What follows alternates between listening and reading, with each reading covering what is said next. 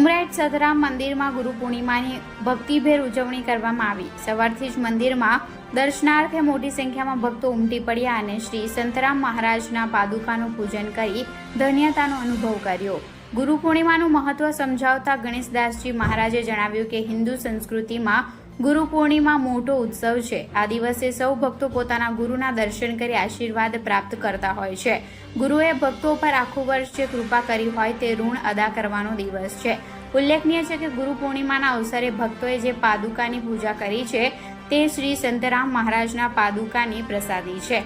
શ્રી સંતરામ મહારાજે જે તે સમયે આ પાદુકા પહેરીને તે સમયના મહંતને સંતરામ મંદિર ઉમરેઠમાં પધરાવી હતી, જેની અત્યારે પણ નિત્ય પૂજા થાય છે અને ગુરુ પૂર્ણિમાના દિવસે જ મંદિરમાંથી બહાર પધરાવી ભક્તોને તેની પૂજા કરવાનો અવસર મળે છે।